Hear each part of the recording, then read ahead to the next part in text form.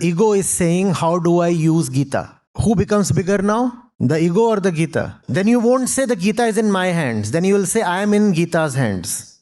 All you have is 99% misinterpretation, blatant misinterpretation, deliberate misinterpretation. Because now the Gita is in my hands, my control.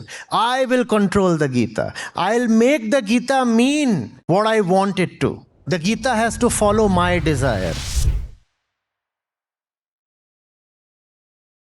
So, sir, last question from me, going off topic. Uh, we all know your love about language. You scored highest both in English and Hindi in exam. Yeah, I saw it in one of your interviews. So, now when we look at the newer generation, the Gen Alpha, and the way they talk, they have a different kind of language. Like W in the chat for Acharya Prashant, for real, for real. So there's two argument on that. Some people say that that is how language evolves. It's better, and it makes the communication easier for them. But the other people say that it has taken so much effort into developing language, so much of time. The expression of complex ideas and emotions cannot be done well with that kind of a language. So what do you have to say on that? Should we promote it or Let them be. That's fine. I say. It doesn't matter. You were quoting my marks, ICSC, class 10th. So we had Shakespeare. Huh? Thou shalt not. Huh?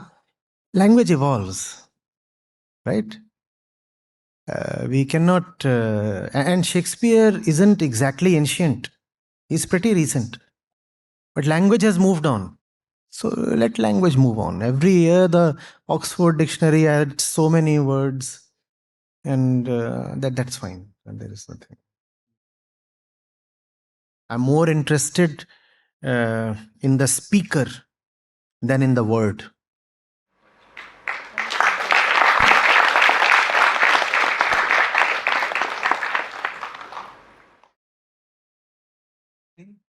Self is the greatest Acharya one can have. Yeah, obviously.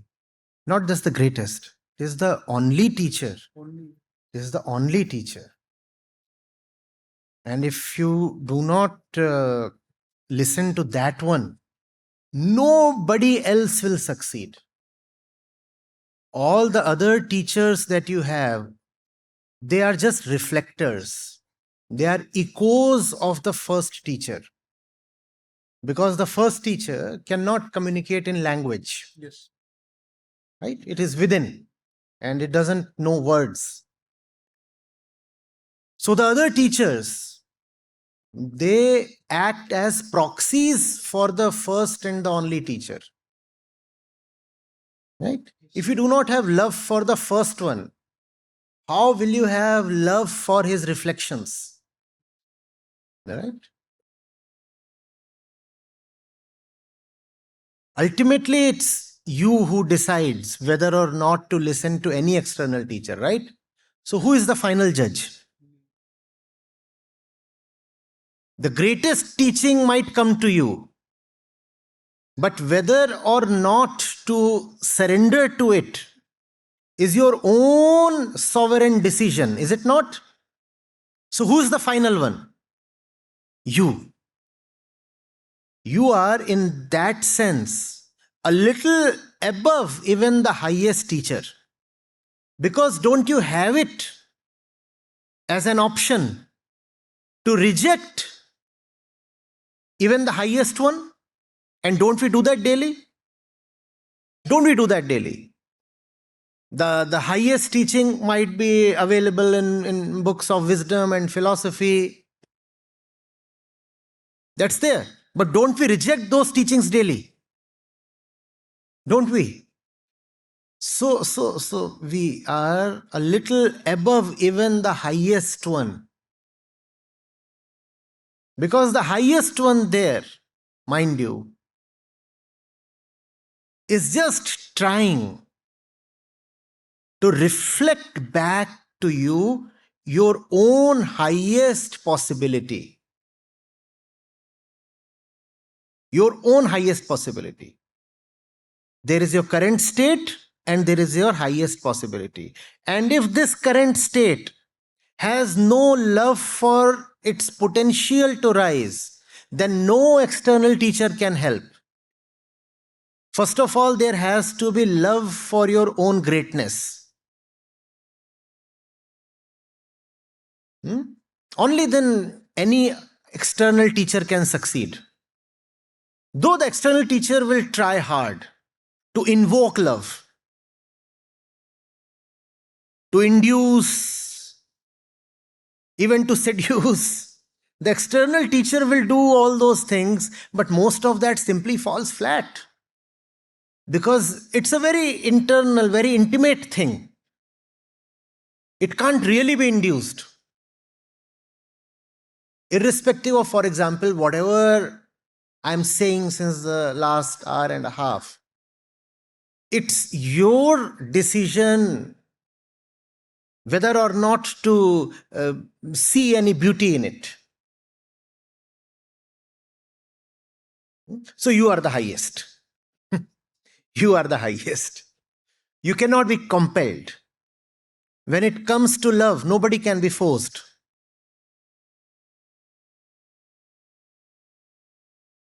I have last question, sir.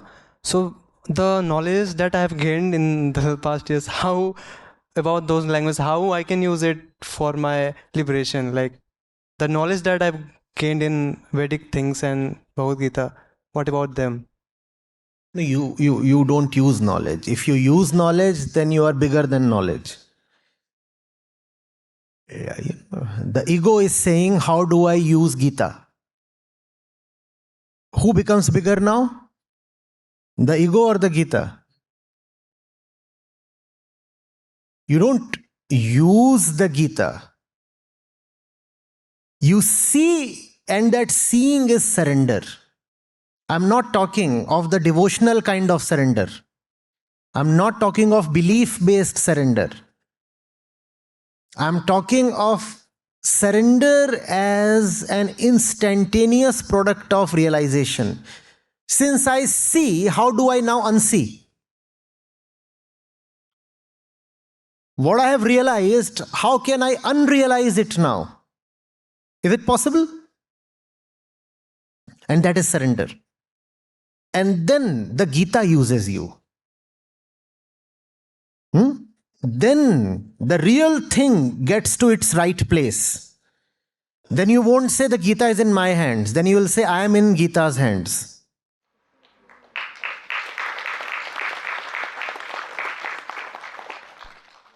Mostly those who claim loving Sri Krishna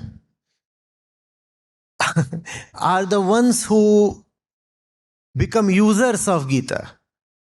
And the biggest proof is the kind of misinterpretation of Gita we see floating around. Right? From the ordinary person to the top commentator, all you have is 99% misinterpretation. Blatant misinterpretation. Deliberate misinterpretation. Because now the Gita is in my hands, my control. I will control the Gita. I'll make the Gita mean what I want it to. The Gita has to follow my desire. No. You won't control it. You surrender and get controlled. Get controlled. And that control is not coming from an external agency. What the Gita shows to you is your own highest self. So don't be afraid of being controlled. No external thing is controlling you. You're just saying, I am now controlling my life from my own inner highest point possible. And that's wonderful. No? Is it not? Is it not?